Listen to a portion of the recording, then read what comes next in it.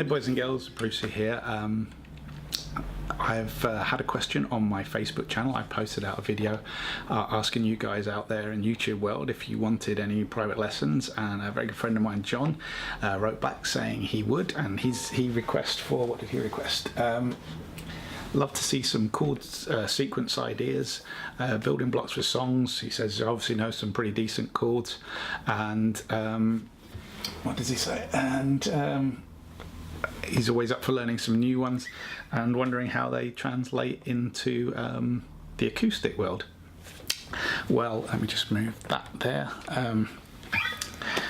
So, chord sequence ideas.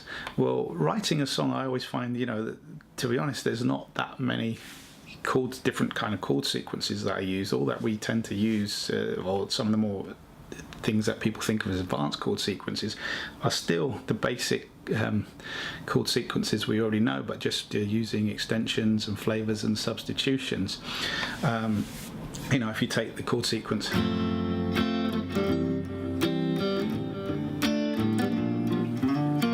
which is a 1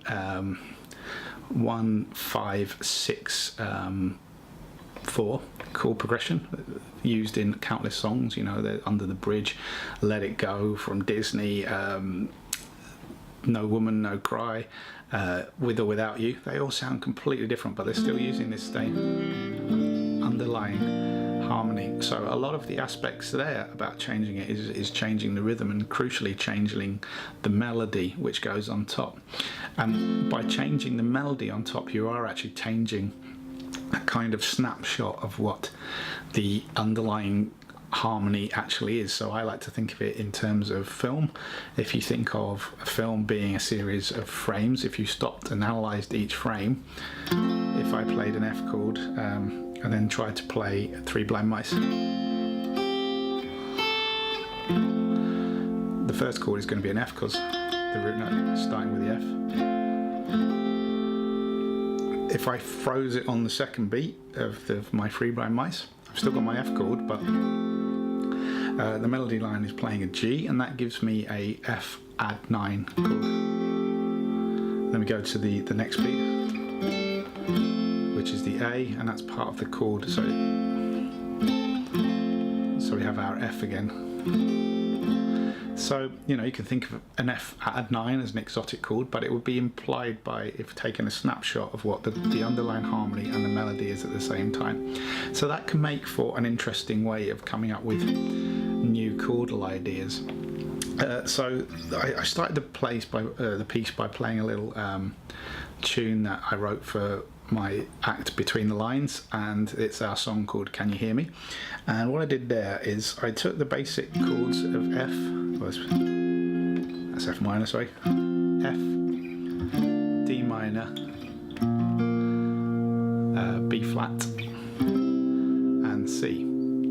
So I then just expanded them a little bit. So the first chord actually, then I just took the third out, so it's F and F sus2. And then I went to the D minor. I thought that doesn't sound right. I wanted to try D minor 9. So all I've done there is take my D minor and add the 9th in. It's a minor 9. So I could have gone with the D set. So we've got D minor, D minor 7, or D minor 9. I think that chord kind of works quite well. And what we're doing is we're thinking about following the melody line down. So the melody's gone, and I'm just going to go this note. So that was potentially a B flat, but I did a substitution and I put in a G minor 7. Because another thing to bear in mind, and this is just a really rushed through version because you know, this is a whole course in itself and a much longer video. I just wanted to give you a couple of ideas here rather than going into too much theory, but I will do if you want me to. We have a B flat here, which has 3 of the same notes which are in the G minor 7 chord. So I think I'm about to run out of tape. And so we're back, sorry about that, technical difficulties there, always fun when you're shooting videos. So yeah, so I was saying we had a F sus2, the D minor 9, so thinking about this descending melody, and I was looking at the B flat chord, which if you notice has an F in it, a B flat in it, and a D in it, which actually make up, if I put a G in the bass, I've got my G minor 7, so I've substituted the G minor 7 for the B, and it sounds kind of more in flavour with the song. And then the final chord, which I said was a C, we know that if we're in F, C is the 5th chord, which you can use a dominant, so I could have gone C7. But I decided to do a C7 sus4 to the C7.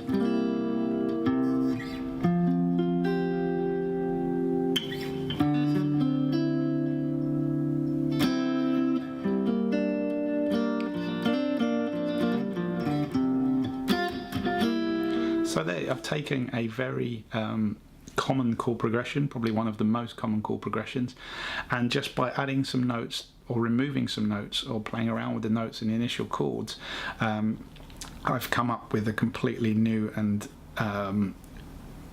interesting, I think, chord sequence, which if you analyse it, it's got lots of complicated chords in, but when playing it, it wasn't really the idea. It was just like, what can I do to take my simple chord progression and make it a little bit different? You could apply that to the the standby memory, the 1 6 4 5 progression. So you've got your C. You could move the bass down, so you get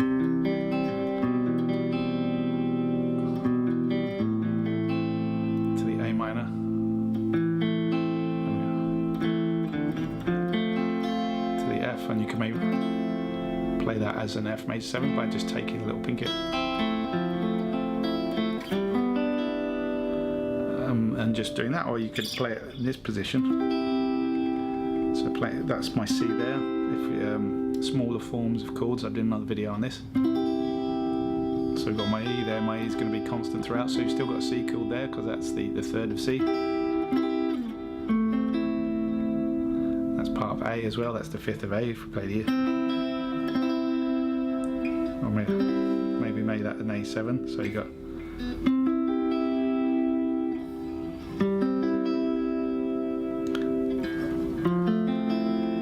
F major 7, and that's quite an interesting chord. So we've got the E in the G, so that's actually G6. So I haven't, not complicated shapes that you wouldn't know.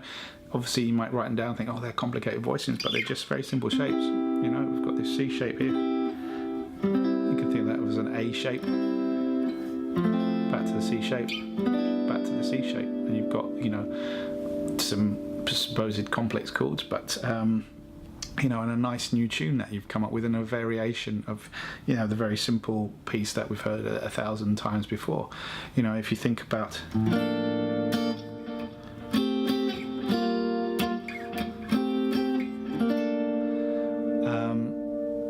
that's a B flat major 7, A minor 7 and G minor 7. Very simple movement, but without really playing anything that's too complicated. It's or you could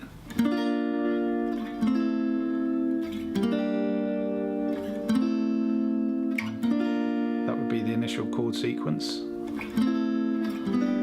Oh, sorry. And all you're doing is just adding in the 7th notes as we've gone.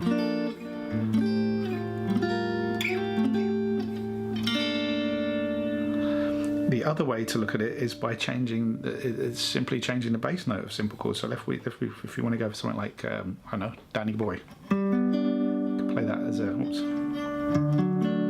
D in that position. So I've got a D major 7 there,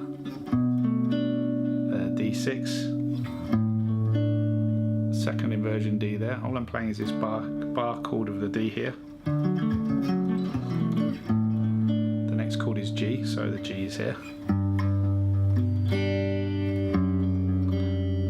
You've got G7 there, and then to the E.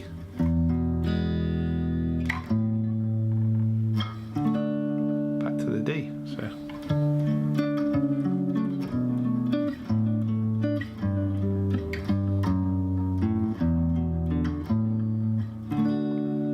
So changing the bass note is something you can easily do to get different variations of the chord, and if you know on the acoustic, that's quite an easy thing to do, is just playing around with these kind of cowboy chords. You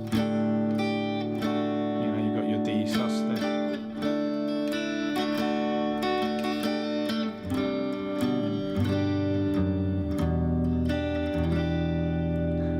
Making up complicated chords, not thinking about complicated chords, just simply moving individual notes and coming up with chord progressions.